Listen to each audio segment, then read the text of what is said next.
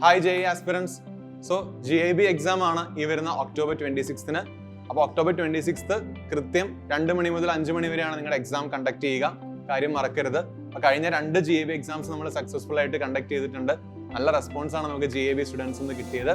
നിങ്ങളുടെ score calculate ചെയ്യാനും അതേപോലെ തന്നെ ഫിസിക്സ്, കെമിസ്ട്രി, മാത്തമാറ്റിക്സ് എഴുതുന്നത് എങ്ങനെയെന്ന് പ്ലാൻ ചെയ്യാനും ശരിക്കും GAB എക്സാംസ് നിങ്ങളെ ഹെൽപ്പ് ചെയ്യുന്നതാണ്. അത് മാത്രമല്ല, ഈ ഒരു ഒക്ടോബറിലൂടെ നിങ്ങളുടെ JEE രജിസ്ട്രേഷൻ സ്റ്റാർട്ട് ചെയ്യുകയാണ്.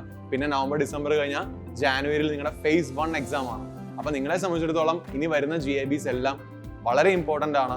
ഈ GABയിലൂടെ നിങ്ങൾ നിങ്ങളുടെ മാർക്ക് സ്കോർ ചെയ്യുന്നതനുസരിച്ച്, ഫോർ എക്സാമ്പിൾ നിങ്ങൾക്ക് അറിയാം JEE എന്ന് പറയുന്നത് ഒരു ലോ സ്കോറിംഗ് എക്സാം ആണ്. സോ ലോ സ്കോറിംഗ് എക്സാമിൽ നിങ്ങളൊരു 170 എബോവ് ഒക്കെ മാർക്ക് വാങ്ങി കഴിഞ്ഞാൽ നിങ്ങൾക്ക് അത്യാവശ്യം നല്ല രീതിയിൽ തന്നെ ഇപ്പോൾ NIT ഉദ്ദേശിക്കുന്ന ഒരാളൊക്കെയാണ് നിങ്ങൾക്ക് അടിപൊളിയായിട്ട് നിങ്ങൾക്ക് ഒരു NITയിലൊക്കെ അഡ്മിഷൻ നേടാൻ സാധിക്കും.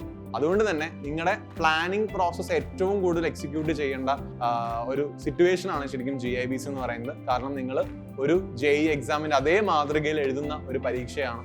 അതുകൊണ്ട് തന്നെ ഈ October 26th GAB എക്സാമും നിങ്ങൾ എഴുതാൻ മറക്കരുത്. പോർഷൻസും കാര്യങ്ങളും ഡീറ്റെയിൽഡ് ആയിട്ട് നമ്മളൊരു വീഡിയോയിൽ ചെയ്യുന്നതാണ്. എന്നാലും നിങ്ങൾ പഠിച്ച +1 പോർഷൻസ് ഒക്കെ ജസ്റ്റ് ഒന്ന് വേഗം റിവൈസ് ചെയ്ത് സ്റ്റാർട്ട് ചെയ്ത് തുടങ്ങുക. മറ്റൊരു കാര്യം, ഈ QR കോഡ്, ദാറ്റ് ഈസ് ഈ കാണുന്ന QR കോഡ് സ്കാൻ ചെയ്ത് വേണം നിങ്ങൾ GIBയുടെ രജിസ്ട്രേഷൻ പ്രോസസ്സ് കംപ്ലീറ്റ് ആക്കാൻ. ഇവിടെ നിങ്ങളുടെ ഡീറ്റെയിൽസും കാര്യങ്ങളെല്ലാം ഫില്ല് ചെയ്ത് വേണം നിങ്ങൾ GABയിലേക്ക് വരാൻ. അപ്പം ലൊക്കേഷൻസും പോർഷൻസും കാര്യങ്ങളെല്ലാം നമ്മൾ ഡീറ്റെയിൽ ആയിട്ട് പറയും. ഡേറ്റ് മറക്കണ്ട, October 26th. All the best. Thank you so much.